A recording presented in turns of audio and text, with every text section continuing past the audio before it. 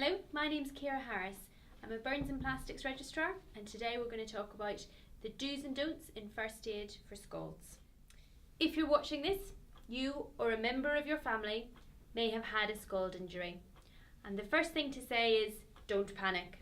There are a few simple things which can be done now which will make a difference to their treatment.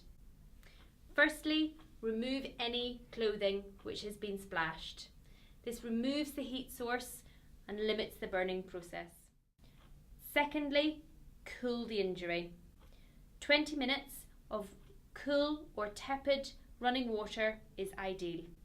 We don't want it ice cold, and we certainly don't want to use ice, as this will be painful and cause damage in itself. If running water is not available, wet towels can be used. It's important to say that this is useful for up to 3 hours after the injury. So even if there's a bit of a delay, still cool the burn.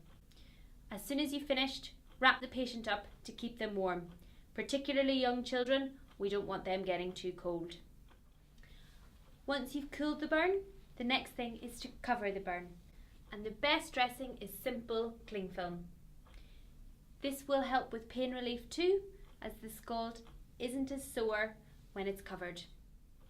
If you don't have cling film available, then clean, dry towels are fine.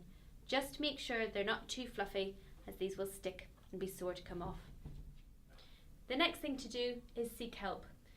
If it's a small injury, attend A&E yourself. In larger injuries, you may wish to call 999.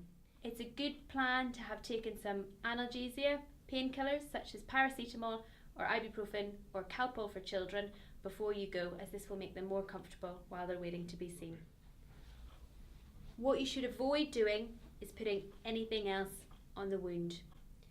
We don't want you to use butter, toothpaste, even Sudocrem or Burns gel, just cooling with water and covering with cling film.